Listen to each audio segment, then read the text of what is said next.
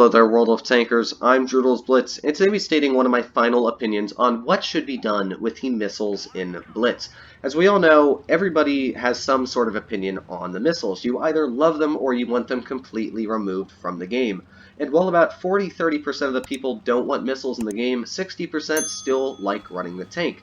And it makes perfect sense because when I looked on Blitz Stars to see how many people played the Sheridan in the last 30 days, it is actually the most battled tank in Blitz, which is insane to think. I made a video 7 months ago, and the T49 was the #1 tank at 2.23 million battles. And that tank has been in the game for years and years.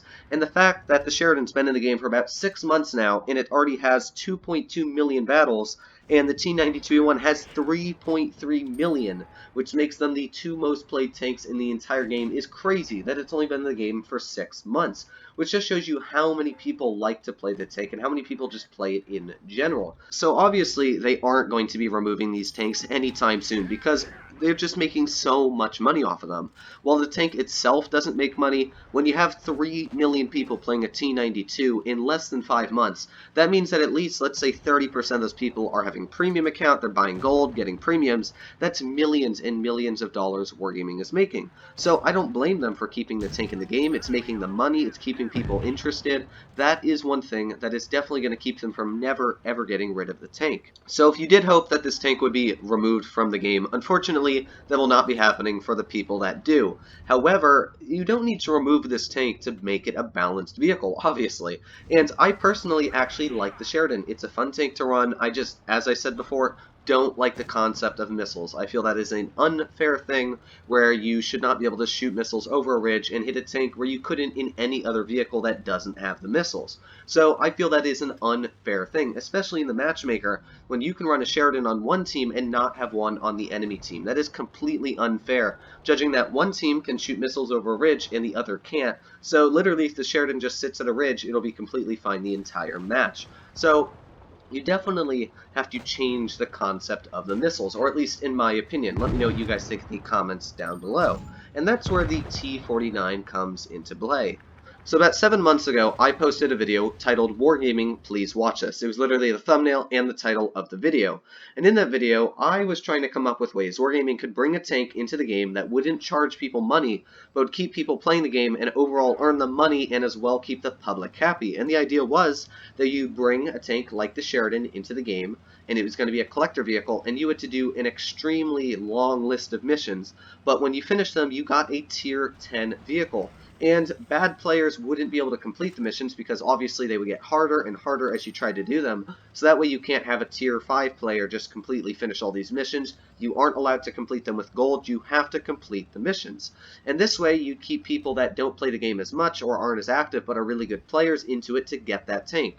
Because in that video I stated that the T49 was one of the most played tanks in the entire game. Because especially the T92 and the Sheridan weren't in yet. So what that means is that a lot of people would have probably wanted to get the tank, round up for it, and they would have got it, which would have kept a lot of people in the game and would have been a new type of exciting thing. But the difference was the idea of the gun the tank would have, or in fact 2 guns. So I copied the exact concept World of Tanks PC did, and I'm not sure why Wargaming did this. I'd love to know why they came up with the idea of the missiles, but the idea I had was literally get a T49 gun, give it a teeny bit better dispersion, nothing to make it accurate, but a little bit better dispersion, a teeny bit better aiming time, and a little bit better reload, and slap it on a tier 10 tank. And that was it. That was literally the whole concept. You would have the same high explosive, the same heat rounds, same penetration, and that way you would have to use your HE on tanks you couldn't pen, and if you've seen this replay here, I nailed a E100 for 310 damage on the front turret in a tier 8 T49. So what I did is I got my friend up, I got 2 friends, and I started to do some platoons. I had them run a tier 9 tank, and I pulled out the T49. And I wanted to see if the gun would actually work against tier 10 opponents. And you can see this is one of the heaviest tank destroyers in the game, flanked behind it, and boom, 634 damage to the rear of a Jagdpanzer E100.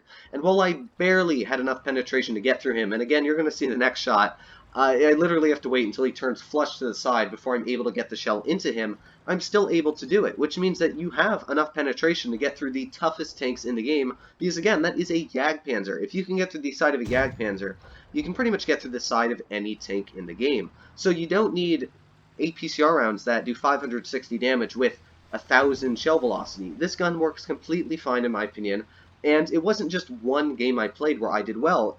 In fact, I played about 15-20 games in this tank against tier 10s, and I'd say we lost 2 of the games, which is better than my tier 10 win rate.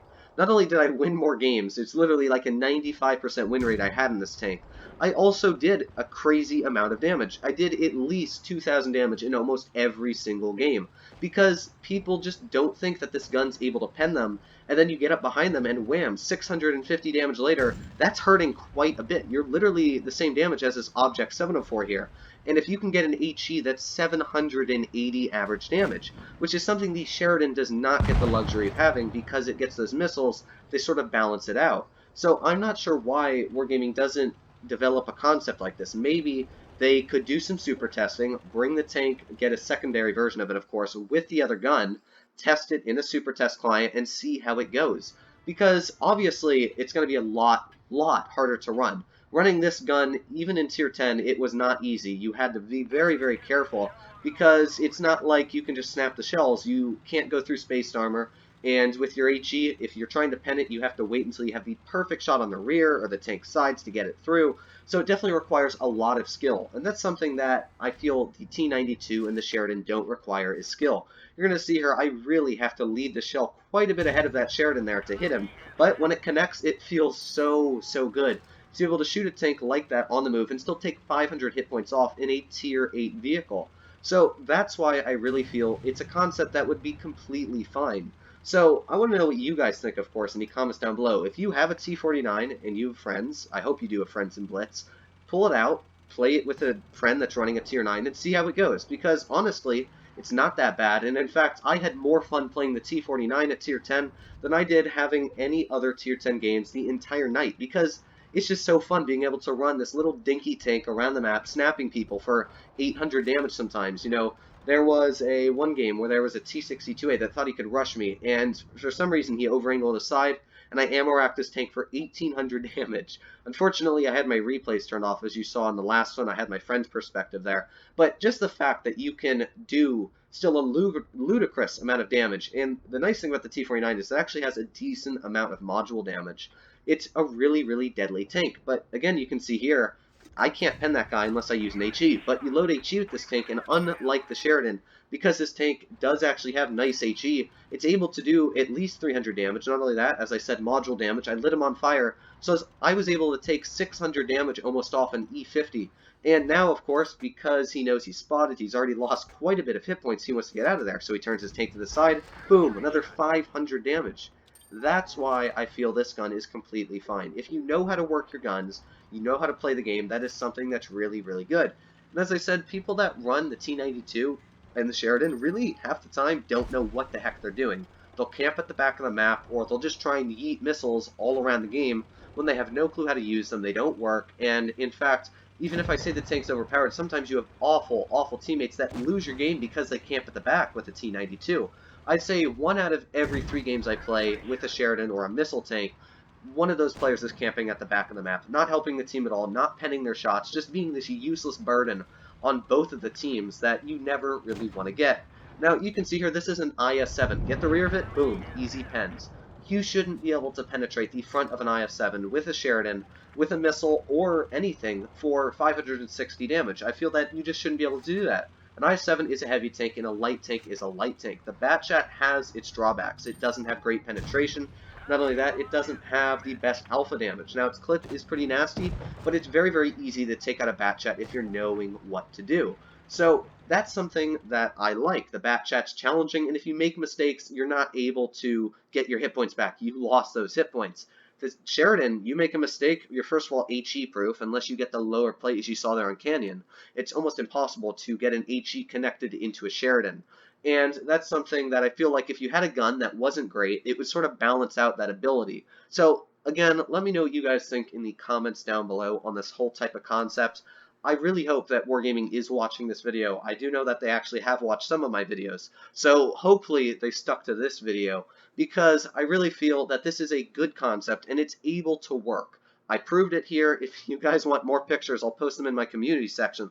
But I literally have 10 out of the 20 games were over 2,800 damage. One game I took about 1,500 hit points off a grill when he wasn't looking at me twice. So it's just a nasty gun, and it hurts, and that's something that's really nice. And I'd rather have that little bit of extra HE damage and being able to just slam an HE into somebody than having to, use just a tank that's not really fun after you realize how overpowered it can be.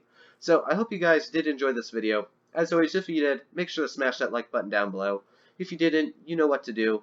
But other than that, I hope you are all happy and healthy out there, and I'll see you in the next one.